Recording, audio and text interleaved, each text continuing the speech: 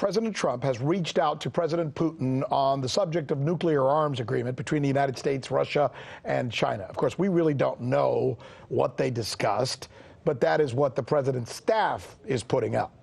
If it's true, and we take them at their word, which we should, it would be kind of strange considering that the U.S. and Russia already had a nuclear treaty in place, negotiated by Ronald Reagan and Mikhail Gorbachev, that we, our country, chose to just no longer honor.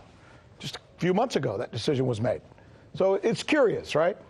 Speaking of Mr. Gorbachev, he has just penned an editorial in the Wall Street Journal where he's urging both sides to stop the, quote, madness of nuclear deterrence. He writes that the idea that more weapons make us more safe is just mad, right?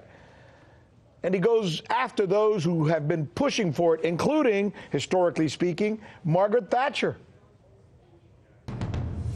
Joining us now is Pulitzer Prize-winning author Chris Hedges to talk about this article by Mikhail Gorbachev. It's called "The Madness of Nuclear Deterrence." Do you get his point on this?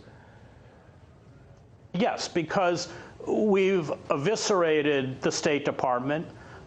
We no longer engage in diplomacy.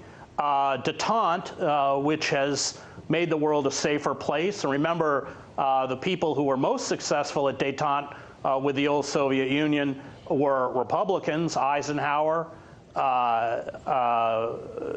Nixon, and Reagan. It's now the very word détente, which, let's be clear, Trump is, you can't trust anything that comes out of his mouth. But as soon as he utters it, the national security state goes berserk. But, the breakdown of nuclear treaties, the pushing of NATO forces up to the border with Russia, what is going on here? And Gorbachev is exactly right. This inability on the part of the world's two largest nuclear powers to speak and negotiate rationally is very, very dangerous. But there's this thinking out there that's been going on for a long time. He talks about Margaret Thatcher being a disciple of this. Most of us grew up with the Cuban Missile Crisis. We've always been told, as long as we have big nukes and the bigger our nukes, the bigger their nukes, that's fine, because then no one will use them. So it's the fact that our weapons are large that keeps us from ever having to engage in a war. That's kind of the thinking guys like you and I grew up with. And that's what some of those leaders you just mentioned also kind of believed in. Is that true? Well, no, of course. I mean, it was reducing the nuclear stockpiles and monitoring those stockpiles that made the world a safer place, getting re-engaged, which we've now done, in a nuclear weapons race. And remember, the Russians have now put up anti-ballistic systems that they say cannot be detected because, of course, we've moved under NATO missiles up to Russia's border. This is extremely dangerous. You have various flashpoints, Syria being one, where this conflict could go wrong really quickly. And so you want communication, you want discussion.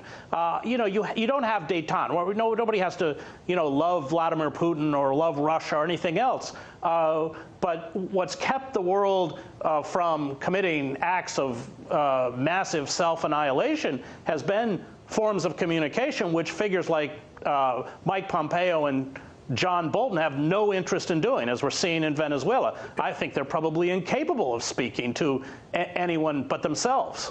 And the irony of this is you and I are having this conversation on this newscast on this day about the fact that people like Pompeo and, Trump himself and others around him, including John Bolton, are literally threatening Russia while they're doing newscasts on other networks about how Trump and Russia are apparently having a relationship of some sort. It doesn't make any sense, Chris.